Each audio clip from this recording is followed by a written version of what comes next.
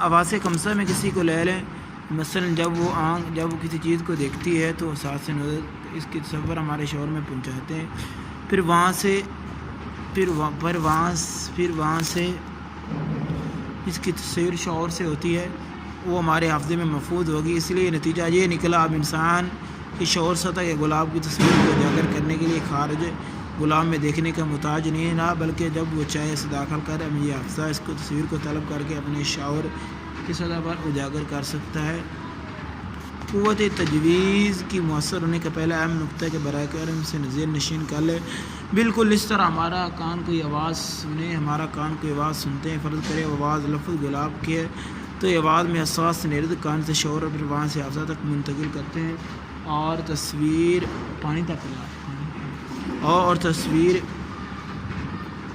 اور طلب کر کے اجاگر کی جا سکتی ہے۔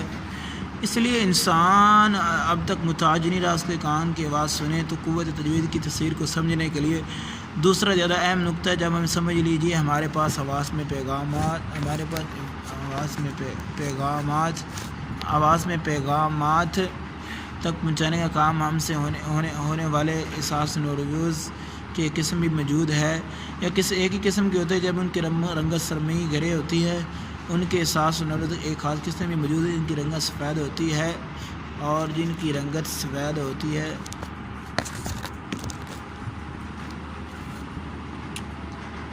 فرض کریں ایک بچہ ہے جب بولنا سیکھ رہا ہے تو اب ان کی آنکھوں کے سامنے گلاب کا ایک پھول رکھتے ہیں جس کی تصویر میں حافظے میں موجود ہے۔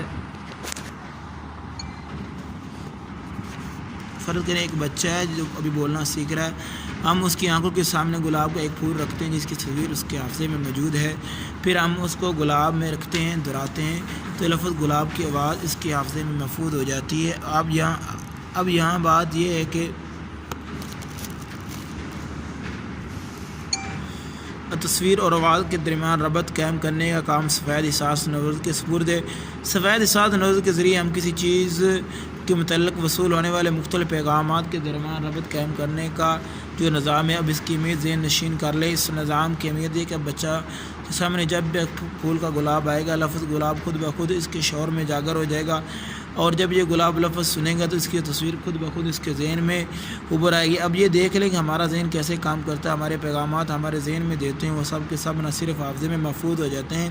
بلکہ ان کے مابین ایک رابطہ خود بخود قائم ہو جاتا ہے۔ پھر کسی کی وجہ سے جیسے ہی کوئی ایک بات ذہن میں ابھرتی ہے، اس کے متعلق تمام باتیں خود بخود ذہن میں تازہ ہو جاتی ہے۔ یہی وجہ زید کے سامنے جب اس کا دشمن کا نام لیا گیا تو اس کے سامنے دشمن کی شخصیت اور تلخ تجربات ذہن میں تازہ ہو گئے۔ اللہ تعالیٰ کا وزید کردہ نظام، اللہ تعالیٰ کے بنائے ہوئے قوانین جو قوت تخیل تاثیر بخشتا ہے۔ قوت تجوید اپنی جگہ خود ایک قانون ہے، لیکن آپ دیکھ لیں تو اس کا انحصار کئی دیگر قوانین کی کارکردگی پر ہے۔